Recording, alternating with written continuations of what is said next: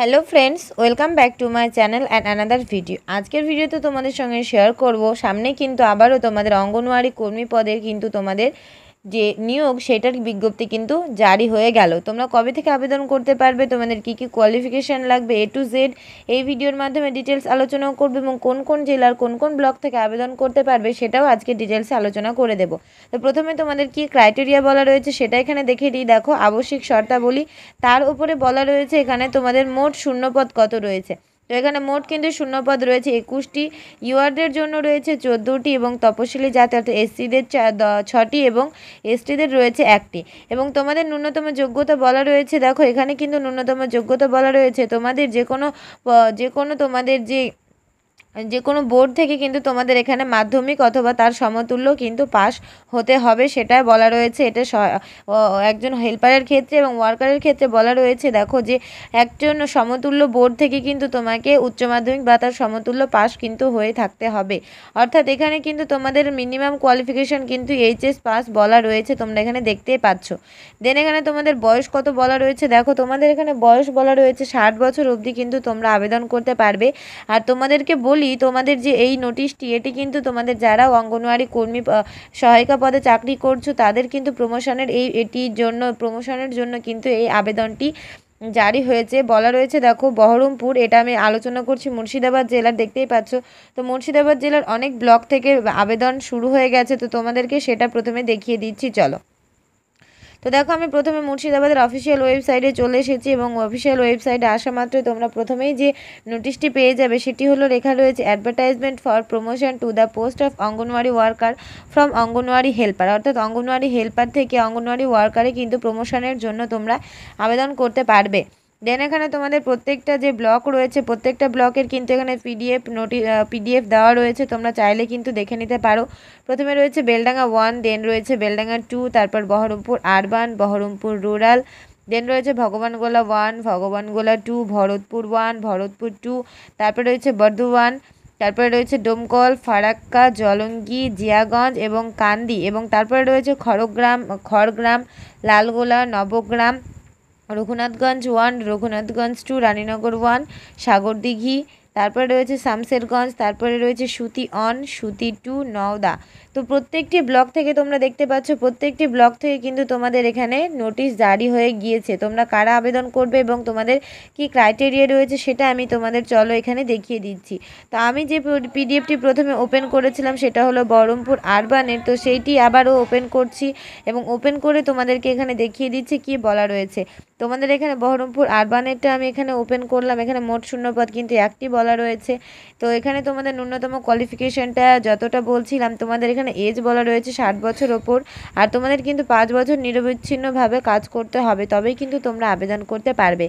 আর তোমাদের এখানে কি কি ডকুমেন্টস চাওয়া হয়েছে দেখে নাও। তোমাদের এখানে বলা হয়েছে যে তোমাদের যে স্থায়ী বাসিন্দা সেটার কিন্তু তোমাদের সার্টিফিকেট বা সেটার কিন্তু তোমাদের যে স্থায়ী বাসিন্দা সংক্রান্ত তোমাদের এখানে প্রুফ বা ডকুমেন্টস কিন্তু চাওয়া হয়েছে। অর্থাৎ তোমরা যারা জিপি থেকে অর্থাৎ গ্রাম পঞ্চায়েত থেকে বিলং করো তাদের পঞ্চায়েত অর্থাৎ প্রধানের সার্টিফিকেট, আর যারা শহর থেকে বিলং করো তাদের কিন্তু পৌরসভার কর্তৃপক্ষ থেকে পৌর কর্তৃপক্ষ থেকে তোমাদের সার্টিফিকেট কিন্তু চাওয়া হয়েছে।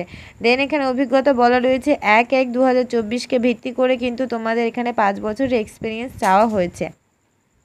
দেন তোমাদের পরীক্ষার প্যাটার্নটা এটার ক্ষেত্রে একটু আলাদা হবে। মোট কিন্তু তোমাদের 50 নম্বরের পরীক্ষা হবে, তার মধ্যে কিন্তু 35 নম্বর হবে লিখিত পরীক্ষা, আর লিখিত পরীক্ষা হবে 35, আর বাকি যে 15 নম্বর বাকি থাকছে সেখানে কিন্তু 10 নম্বর তোমাদের এক্সপিরিয়েন্সের ওপর থাকবে এবং তোমাদের 5 নম্বর থাকবে ইন্টারভিউয়ের ওপর ডিপেন্ড করে।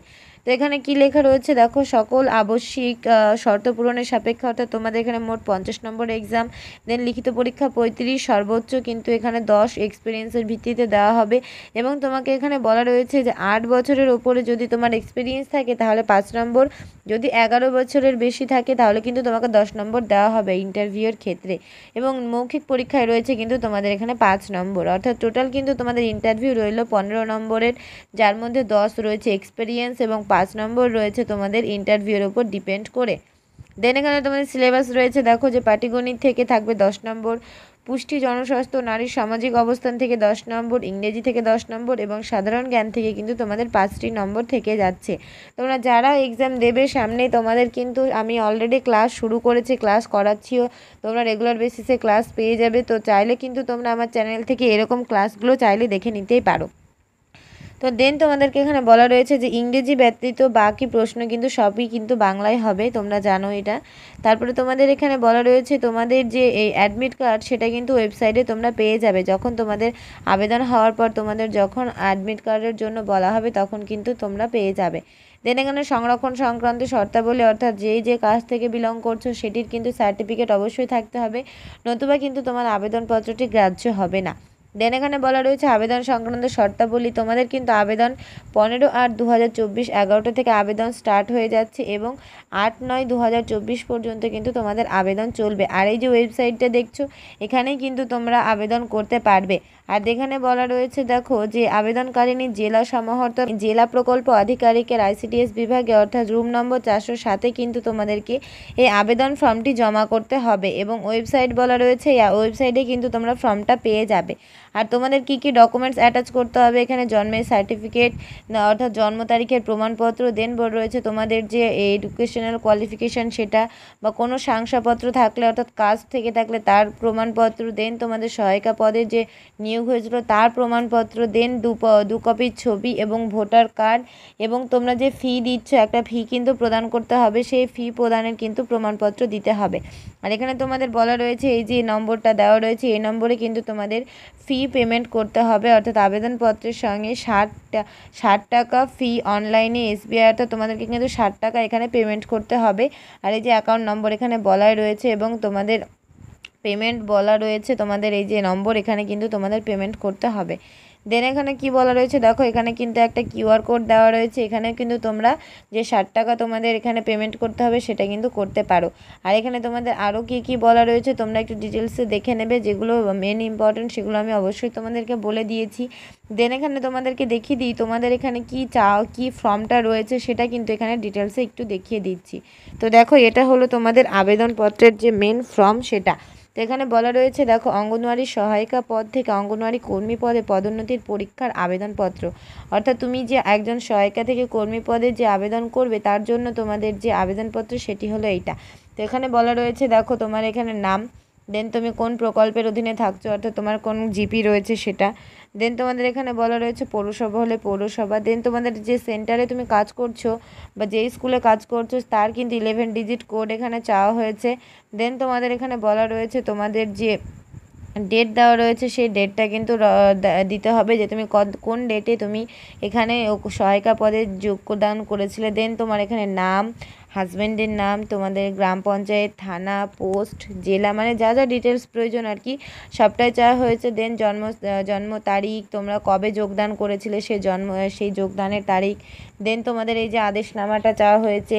দেন তারপরে তোমাদের এখানে বলা রয়েছে তোমাদের যদি কোনো জাতিগত শংসাপত্র থেকে থাকে তার কিন্তু এখানে প্রমাণপত্র বা তার নম্বর।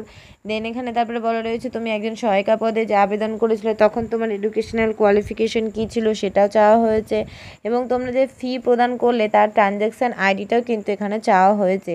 তো দেখো প্রত্যেকটা জিনিস কিন্তু এখানে খুব ভালোভাবে তোমাদেরকে ফিল আপ করতে হবে, এবং তারপরে কিন্তু তোমাদেরকে এই যে ফিল আপ করে তোমাদেরকে খামের উপরে কি লিখতে বলা হয়েছে সেটাও আমি একটু আগে দেখিয়ে দিলাম। তো এইভাবে কিন্তু সুন্দরভাবে তোমরা আবেদন করবে, এবং তারপরে কিন্তু তোমাদের এক্সাম কবে হবে সেটা আমি অবশ্যই ডিটেলসে জানিয়ে দেব। তো মুর্শিদাবাদের প্রত্যেকটি ব্লক থেকে যেহেতু আবেদন হচ্ছে, তো তোমরা যারা প্রমোশনের জন্য আবেদন করতে চাও তারা কিন্তু অবশ্যই আবেদনটা খুব ঝটপট করে দেবে। তো আজকের ভিডিওতে এইটুকু শেয়ার করলাম, ভালো লাগলে অবশ্যই লাইক শেয়ার করবে, এবং চ্যানেল নতুন হয়ে থাকলে এরকম নিত্য নতুন খবর পাওয়ার জন্য কিন্তু অবশ্যই চ্যানেলটিকে সাবস্ক্রাইব করে পাশে থাকা বেল আইকনটি প্রেস করে রাখবে। Thanks for watching.